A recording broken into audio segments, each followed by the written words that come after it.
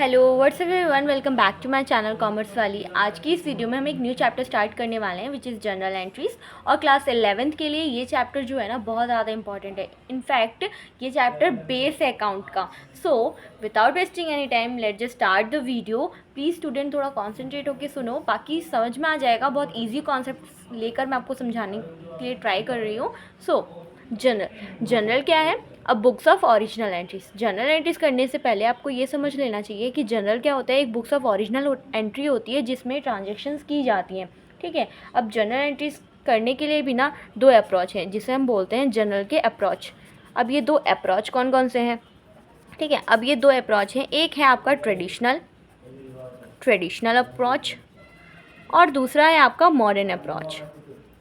अब इन दो अप्रोच के बेसिस पे ही क्या होता है ना, इन दो अप्रोच के रूल्स के साथ और या उनके बेसिस पर ही जो है जनरल्स की एंट्रीज की जाती हैं।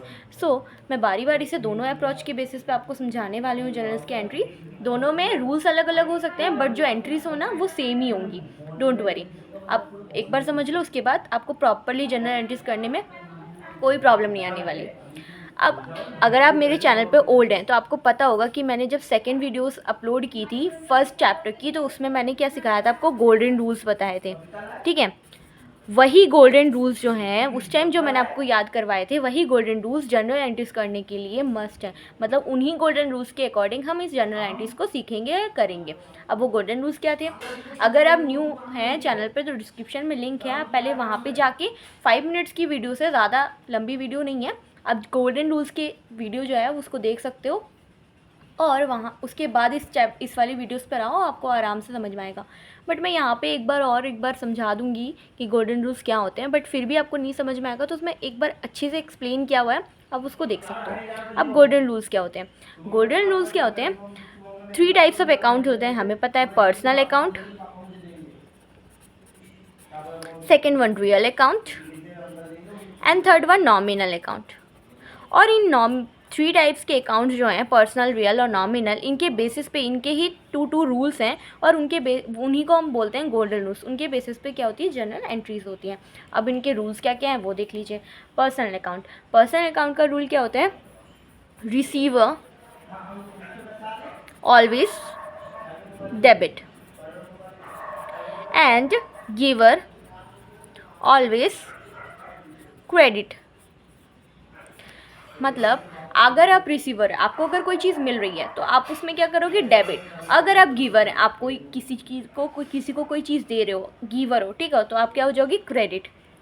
सिमिलरली रियल अकाउंट का क्या रूल है? What comes in debit and what goes out credit. Means जो आपके पास आया उसको क्या कर दो, डेबिट कर दो। जो आपके पास से जा रहा है उसको क्या कर दो, क्रेडिट कर दो, ठीक है। नॉमिनल अकाउंट का क्या रूल होता है? एक्सपेंसेस, जितने भी कंपनी के एक्सपेंसेस और लॉसेस हैं वो क्या होंगे, डेबिट होंगे। और जितने भी इनकम और प्रॉफिट है, जितने भी कंपनी की इनकम और प्रॉफिट हैं वो क्या हो जाएंगी, क्रेडिट हो जाएंगी। सिंपल से रूल्स हैं, ठीक है। अब इन रूल्स के बेसिस पे ही हम जनरल एंट्रीज को बनाना सीखेंगे। Personal account, receiver always debit, giver always credit. Real account, what comes in debit, what goes out credit. Nominal account, expenses and losses always debit and income and profit always credit. आप इसका screenshot ले लो, फिर उसके बाद हम next पर चलते हैं। अब बारी है जनरल एंट्रीज के फॉर्मेट की, कि जनरल एंट्रीज का क्या होता है, फॉर्मेट क्या होता है। फॉर्मेट ऑफ जनरल एंट्री, ठीक है। अब जनरल एंट्रीज के फॉर्मेट को देखो, ये होता है इसका नॉर्मली यहाँ पे 2 lines. Here one is credit side, here is debit side, one more and here one more. Here date, particular, LF minus debit and second one is credit. मैंने आपको एक चीज़ एक्सप्लेन की थी लास्ट वीडियोस में कि जब भी जनरल एंट्रीज की जाती है या फिर जनरल होता है उसको क्या कहते हैं, डबल एंट्री सिस्टम कहते हैं। और डबल एंट्री सिस्टम में क्या होता है, एक तरफ फ़ायदा होता है तो एक तरफ नुकसान होता है। अगर आपने कोई चीज़ परचेज़ की तो आपके साइड से पैसे गए तो किसी और को मिले भी ना जिससे आपने परचेज़ किया। तो सिमिलरली अगर एक का नुकसान है तो एक का फ़ायदा है, अगर एक चीज़ डेबिट है तो अनदर वन क्रेडिट ही होगी। अब ये LF क्या है? LF है हमारा लेज़र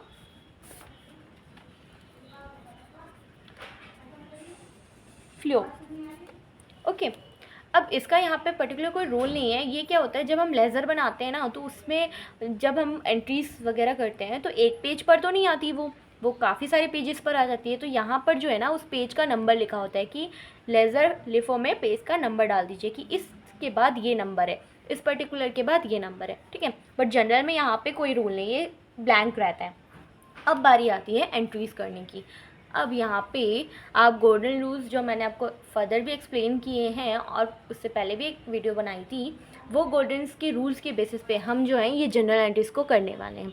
अब स्टार्टिंग में क्या है, देखिए, बिजनेस स्टार्टेड विथ कैश में बिजनेस स्टार्ट हो, ये एंट्री तो मस्ट स्टार्टिंग में आती है। और मैंने जब लास्ट में वीडियोस बनाई थी गोल्डन रूल्स की तो उसके लास्ट में इस एंट्री का रिव्यू दिया था कि अगर आपके पास ऐसी एंट्री आई जो स्टार्टिंग में आएगी तो उसके लिए आप एंट्री क्या करोगे, कैश आपका बिजनेस में आया है और कैपिटल के लिए आया है। स्टार्टिंग में तो हम जब भी कोई कैश लाते हैं वो किस लिए लाते हैं, कैपिटल के लिए लाते हैं, ठीक है। तो ये कैपिटल के लिए आया है, इसकी एंट्री क्या हो जाएगी आपकी, कैश अकाउंट डेबिट।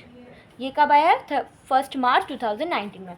तो यहाँ पर डेट लिखेंगे 1 मार्च 2019 एंड एंट्री क्या हो जाएगी, कैश अकाउंट डेबिट, ठीक है।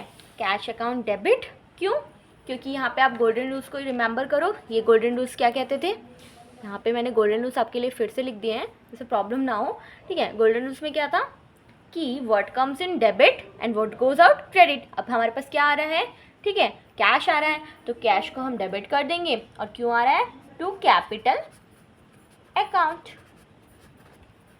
ओके, कैपिटल की बेसिस पे आ रहा है और कितना आ रहा है, 60,000 रुपीज़, 60 एंड अनदर वन 60।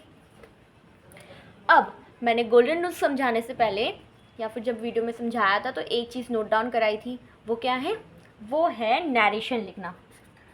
जब भी आप एंट्री करेंगे चाहे वो एग्ज़ाम में हो या किसी भी चीज़ में हो, आप नरेशन लिखना मत भूलना। और नरेशन लिखने का सिंपल सा फॉर्मूला क्या है कि फॉर लगाओ और जो क्वेश्चन में है एज इट इज़ वही लिख दो। For business started with cash, business started with cash ₹60,000, ठीक है, देन लाइन। अब नरेशन लिखना बहुत ज़्यादा इंपॉर्टेंट है, इसके कोई मार्क्स नहीं होते हैं बट इसको ना लिखने पर मार्क्स कट ज़रूर हो जाएंगे एग्ज़ाम में। सो रिमेंबर कि एंट्रीज़ के साथ साथ आपको नरेशन भी लिखनी है। सेकेंड एंट्री देखते हैं, 2 मार्च 2019 में। अब ये जो 2 मार्च 2019 में क्या हुआ, जो मोहनलाल एंड सन का जर्नल बना रहे थे उसने क्या किया, उसने फर्नीचर परचेज़ किया। क्या किया, फर्नीचर परचेज़ किया और कैश में किया। अगर उसने कैश में किया तो फर्स्टली हमें गोल्डन रूल्स में देखना है कि हमारे पास क्या आ रहा है, फर्नीचर परचेज़ किया है तो हमारे पास कौन सा रूल लग रहा है यहाँ पे, व्हाट कम्स इन डेबिट, क्या आ रहा है हमारे पास, फर्नीचर आ रहा है। तो हम क्या करेंगे, फर्नीचर को तो कर देंगे डेबिट, फर्नीचर अकाउंट डेबिट, ठीक है। और हमने कैश में किया तो कैश जा रहा है हमारे पास से, तो अगर हमने कैश में किया है, यहाँ पे कैश मेंशन किया और हम कैश कोई भी चीज़ खरीद के लाते हैं तो कैश देते हैं ना, तो कैश जा रहा है तो उसके लिए क्या हो जाएगा, what goes out credit to cash account. कितने के, 10,000 रुपीज़ के, यहाँ पे भी 10,000 रुपीज़। और सेम आप फॉर लगाइए और पूरी नरेशंस लिख दीजिए। नाउ थर्ड एंट्री, 3 मार्च 2019 को क्या हुआ, 3 मार्च 2019 को परचेज गुड्स फॉर कैश। अब यहाँ पे क्या हुआ, यहाँ पे तो हमने फर्नीचर परचेज़ किया था, अब यहाँ पे क्या किया, गुड्स परचेज़ किए हैं और वो भी किस में किए हैं, कैश में किए हैं। और अगर हमने गुड्स परचेज़ कैश में किए हैं तो इसमें फर्स्टली आप देखो कि कौन सा रूल लग रहा है।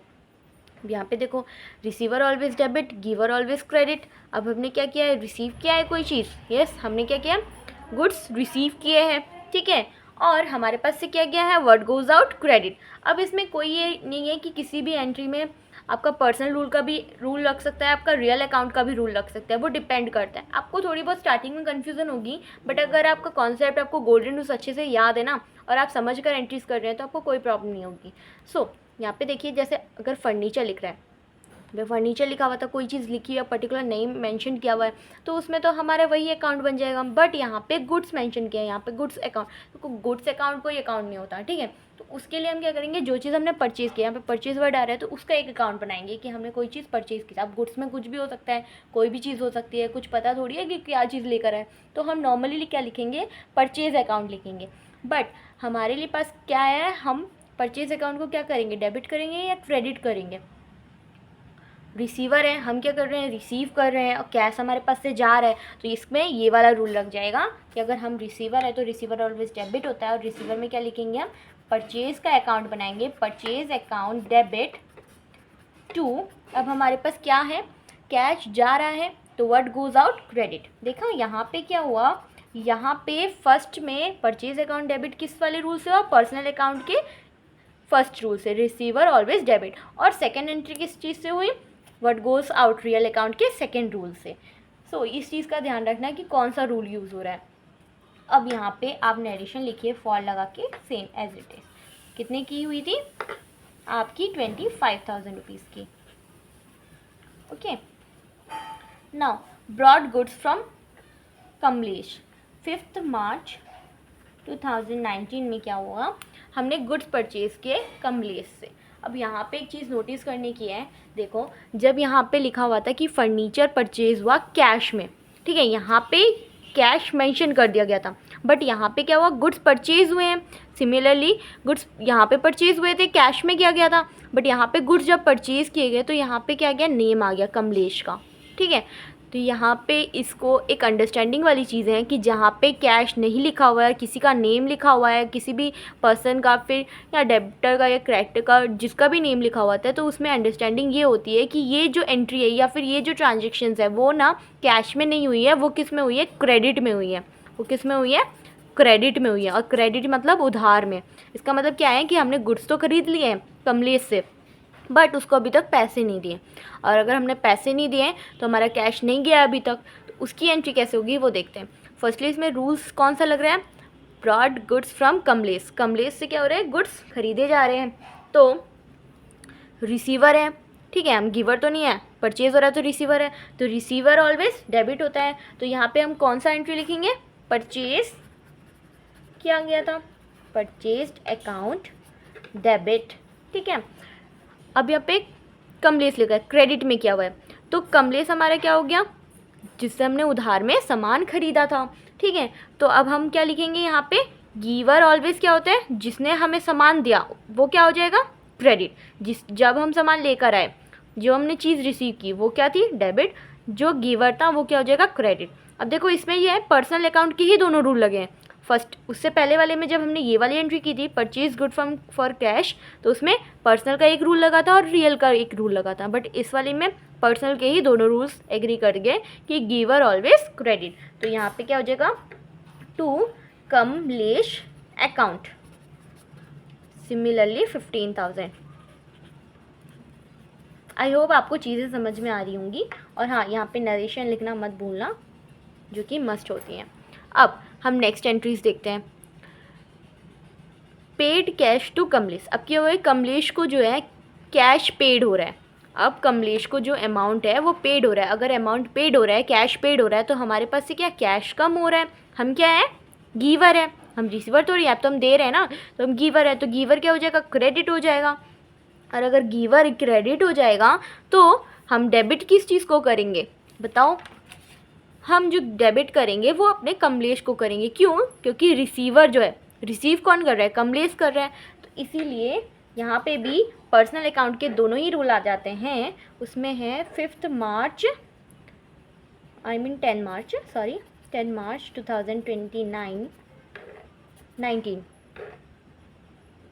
कमलेश अकाउंट डेबिट टू हमारा कैश अकाउंट, क्योंकि कैश तो जा रहा है और जो चीज़ जा रही होती है व्हाट गोज़ आउट वो क्या हो जाएगी, क्रेडिट हो जाएगी। और जिसको हम दे रहे हैं, कमलेश को क्या कर रहे हैं हम, दे रहे हैं, ठीक है, कैश पेड कर रहे हैं, तो वो क्या हो जाएगा हमारा, डेबिट हो जाएगा।